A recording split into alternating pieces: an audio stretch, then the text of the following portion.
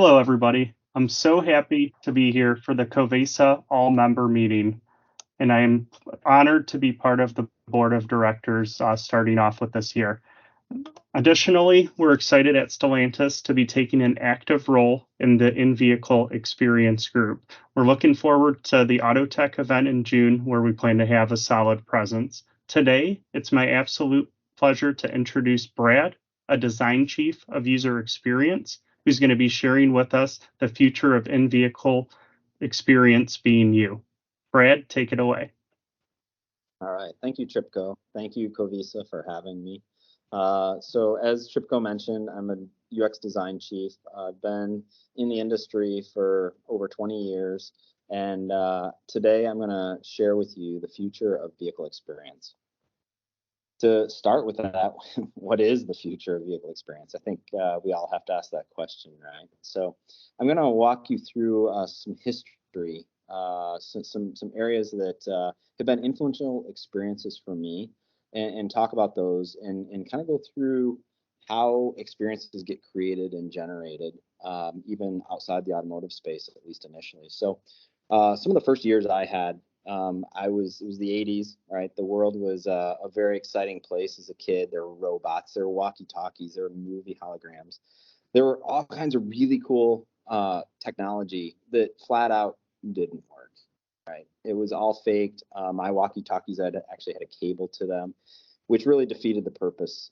However, the imagination was the key piece, and it was really it came into things to come, right? Technologies to come, and there was this vision that we all had as both kids as well as obviously adults at the time. Speaking of that, then there were digital experiences as well. So one of my first digital experiences obviously was with a Nintendo, playing the game Zelda. And for those of you that may have had the opportunity to play this game, phenomenal game. You can go back and still play it, and it's still fun. And I think that's a key piece to when we talk about experiences, is how do we build them in a timeless manner. I'm going to explain that and go into some more details within the vehicle experience here quite quickly.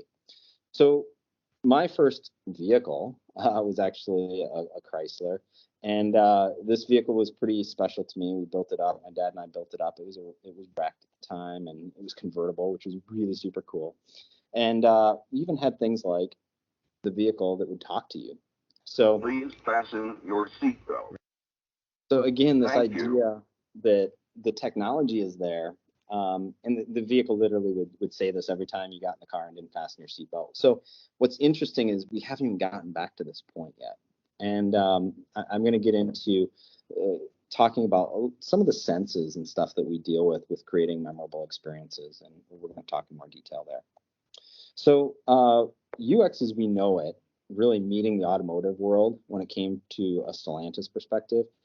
We worked in 2008 as part of Chrysler LLC at the time on a project called the 200C show car. And I'm going to walk you through some of the experiences. And again, this was kind of a vision of the future and where we could take technology as well as experiences. The 200C was our first opportunity to use user experience design processes and storyboard creation to create new experiences in our vehicles. The iPhone 1 was used to unlock the car, to also roll the windows down, along with viewing a live security camera that was hidden behind the rearview mirror. We also could locate the location of the vehicle. It was the world's first compound touchscreen, and the system was profile-based, so it recognized the driver, and it allowed them to gain access through a gesture sphere to the most important information that they needed. Media, we looked at new ways to view media and came up with the idea of having a carousel. And using navigation, we also combined the ability for our driver to locate their friends and actually navigate directly to them. The passenger display, and mind you, this was actually pre-iPad, so this was actually a medical tablet, again, had the ability for our passenger to really co-pilot the driver. So they could pick music, choose music on this tablet, or actually go and do searches for new locations or destinations, in this case, the Detroit airport, and actually send that information to the driver safely. So these experiences and this interior and exterior was created and generated by a very small team. That was actually the interior design team, exterior design team, and user experience design team. And from there, our UX team was created. And one of the key pieces is the cross-functional skill sets. And in particular, the world at that time, prior to 2007, before the iPhone, it was really an industrial design world. It was very product-oriented. There was still good product design. There were still good experiences, of course. But the iPhone really changed everything, and it became more of a software focus, of course, incorporating hardware. So ultimately, you can see this in all of our vehicles even, and this is a moment in time where our Dodge Challenger in 2009, and our Dodge Durango of 2021 look and feel completely different. So the key piece is we went from product-centered design to user-centered design processes. And with those processes, we go through the discovery phase with looking at who our competitors are, our trends, our target users, and identifying those, defining problems and opportunity spaces, working cross-functionally, mapping things out, working in these rooms where we're using Post-it notes and really cool process, to then creating some design solutions from it, including interactive prototypes that we can then test and deliver and get feedback back from. At Stellantis, we have a core design philosophy. This design philosophy really centers on hands on the wheel and eyes on the road, which works for all non-autonomous vehicles. This is very important as a philosophy to build upon. So as we build experiences, we want to build meaningful context-based information that allows our drivers and occupants to connect to the world around them. On top of those experiences, we create core interfaces that need to be simple and intuitive for any customer, flexible and adaptive, and also promoting safety.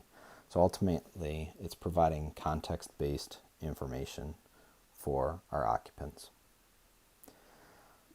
On top of all of this, we have a brand design philosophy and brand experience. We have 14 brands now, and it's important to have each of those brands have a certain flexibility and uniqueness to them, while also upholding the core philosophies that we've created and generated. A great example of branded content in the vehicle is actually our 2021 Dodge Challenger experience. Our Dodge customers expect performance-based vehicles, which provides the right information at the right time. This was thoughtfully designed and developed by multiple skill sets within our organization. The cluster area, or the driver zone, is really critical information that gives the driver the eyes to the soul of the vehicle. In particular, the information that's provided needs to be very timely, such as a shift light indicator, which you just saw there in red, which, by the way, can be seen out of the peripheral vision of the driver as they're driving. Our customers expect performance information that really aligns to what their needs are in the vehicle. We have G-force information, which is really key to that performance experience when you're on a track. We also have peak G-forces, along with many other gauges that support performance-based content.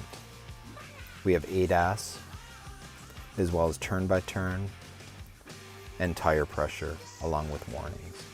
When we look at the interior as a whole, the radio and IVI system become part of the experience as well. We have performance pages with shift light setup, different setups for the drive modes, along with a red key that provides more horsepower for your vehicle. So as I'm driving down the California Coast Highway, I'm all excited, and somebody pulls out in front of me. Ultimately, the vehicle brakes automatically, and we didn't actually hit anyone, which is really important to get to your destination unharmed. So the key is arriving safely, and I've just shown and shared how with all the experiences we create, we always have to take into consideration variables that we do not control, and there is very much a nonlinear experience. Some other design challenges we have is our drivers can get stuck in traffic or they can be annoyed. So how can we provide experiences that, again, alleviate that pressure? The system was designed in mind to be able to use gestures on the display. So it's a very tablet-like experience. And in particular, this tablet-like experience really becomes very simple to use, and it's even kid-tested with Ethan and Zachary, who are my boys, who can easily use the system, which is very important when you're driving a vehicle, and it can be very dangerous if the system is not intuitive. This allows our driver to put the most important information to them on the first surface. So they can add a widget. In this case, they're going to add comfort. And these comfort controls in this particular case really provide the top 10 to 20% of the content of the comfort section. They have multiple pages they can swipe and gesture to and from, and therefore they don't have to go from app to app to app. They can even add pages and content at their liking. When we talk about combining designer skill sets, it's very apparent, even in other industries, that the skills are just becoming more and more important in creating a full, holistic experience. So with gaming, for instance, with PlayStation 5 and other systems, there's real-time content that exists. In particular, we actually, on our exterior design team, they actually created content for Gran Turismo with the Dodge Tomahawk. So the level of content and detail that's in these digital experiences really is expected by our customers. And with movies, the same sort of thing is happening, right? We look at 1920s movies that were silent. There was no sound. Could you imagine an epic such as Captain America not having sound associated with it? Again, it really pulls in the senses, and you can see there's lots of skill sets that are created. In particular, this movie had over 2,500 plus people that worked on it. And again, this is just a linear experience. It's not quite even as in-depth as what in-vehicle experience could potentially be or become. Moving forward, last year we had the excitement and luxury of working on a really cool concept, the RAM Revolution. And I'm going to walk you through some of the concept ideas that we have here. And ultimately, the RAM Revolution was all about creating a second space, a place that you could call your own and use it for multiple avenues of whether it's work or adventure. So you can see that we have a full windshield heads-up display and two displays that exist that become one in the center stack IVI zone. So this display can actually rotate or pivot and become flat to become one experience. It can be, the lower display can actually be separated off and become a tablet type experience to provide more of a work experience. And ultimately, with the second space concept, it was really going through, okay, how can we identify our customers and what they need for the future of work, for productivity modes, for the future of travel with adventure modes, and also look at the future of tools. So through the ideation phase, we came up with all kinds of different ideas of reconfiguring the interior spaces, thinking through different examples and content that could be really, really cool for our future customers. And from these ideas, we generated a visual direction, which is really kind of the truck being our Superman, right? So having Clark Kent on the workmanship side and on the adventure side turning into Superman. We worked through a lot of the different visual designs for work mode being very serious yet sophisticated, as well as having a certain elegance and premium nature to it and a precision. On the adventure mode, we really wanted to symbolize power, love, vigor, and beauty. And ultimately looking at nature and passion and pulling in a lot of unique elements of lava, creating new objects, new spaces, which really captures some of the aspects of what our RAM customers do on their daily life. Our team looked at visual and motion direction and really pulled in lots of different content and ideas and thoughts on visually how we can handle and communicate information and important information to our drivers and passengers and customers. So with the Ram Revolution, we were really thinking of having an external virtual personal assistant commanding the vehicle. Open the left side Ram box, for instance. There's such an opportunity to create unique and powerful experiences for our truck customers. The shadow mode. If you're all dirty, for instance, hey, follow me, and basically the truck will follow you into a location that best suits where you need the vehicle to be.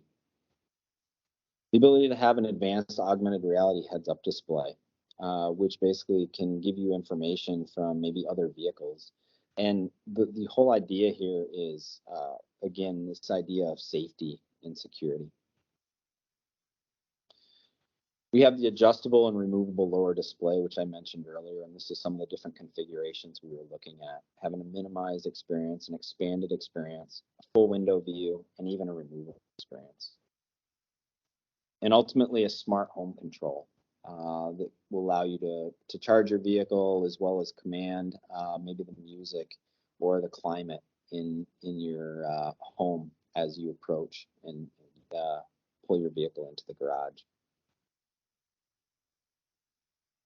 And even looking at some ways that we could maybe use projection or 3D capture of information and the world around you to maybe help your work life and really allow your Ram truck to provide you important information that you can use in your architectural life, if you will.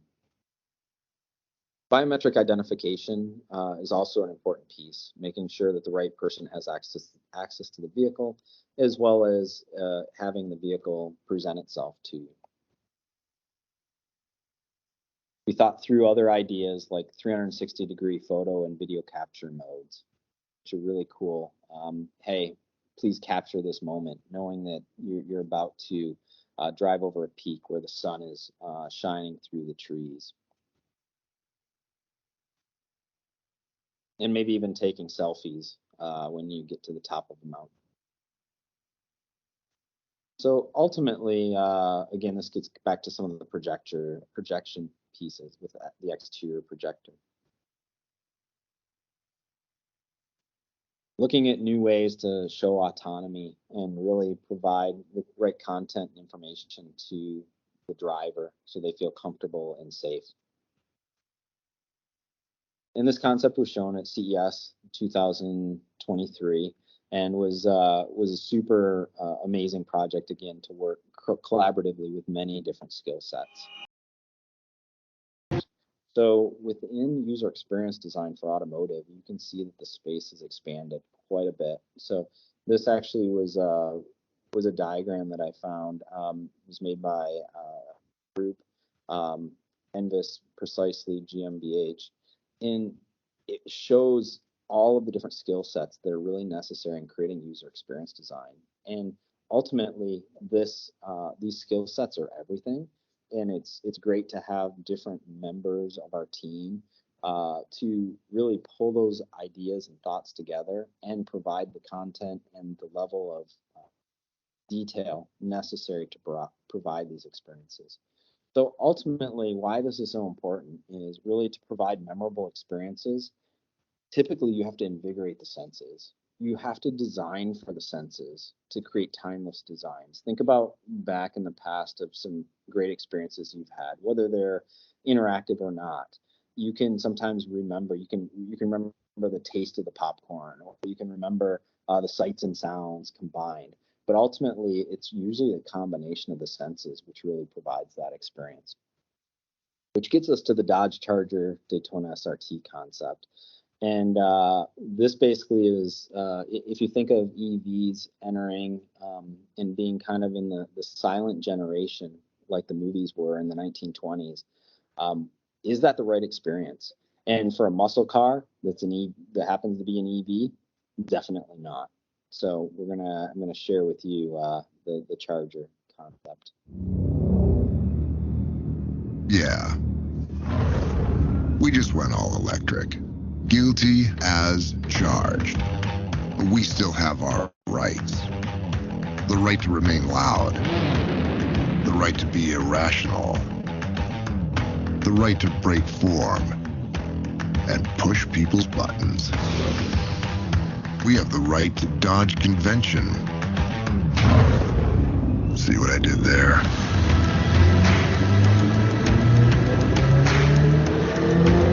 And we have the God-given right to save the muscle car. So go ahead, sentence us to life without reason, and throw away the keys. We don't need keys where we're going. All muscle, all electric. And here's a peek behind the scenes to show you what some of our team members go through to put together these different experiences and interiors. You can see that there's lots of technical details that go into this, lots of wiring, rigging, creating the actual physical parts and pieces, making the displays, going through the presentations, coming up with all the details that really provide something unique and meaningful, in this case, for our Jeep customer. And ultimately, all of this comes back to the ability for us to inspire new generations and inspire our customers. So when we come back to it, the very first slide I started on was what is the future of vehicle experience? And the answer is really, really quite simple. The future of vehicle experience is you. Ultimately, it's our job, it's our goal in the community to really be able to inspire others, to inspire our customers, to be able to collaborate and share and always grow. And really, really appreciate the time today that Covisa shared and allowing me to have the opportunity to speak to the entire group. So thank you so much.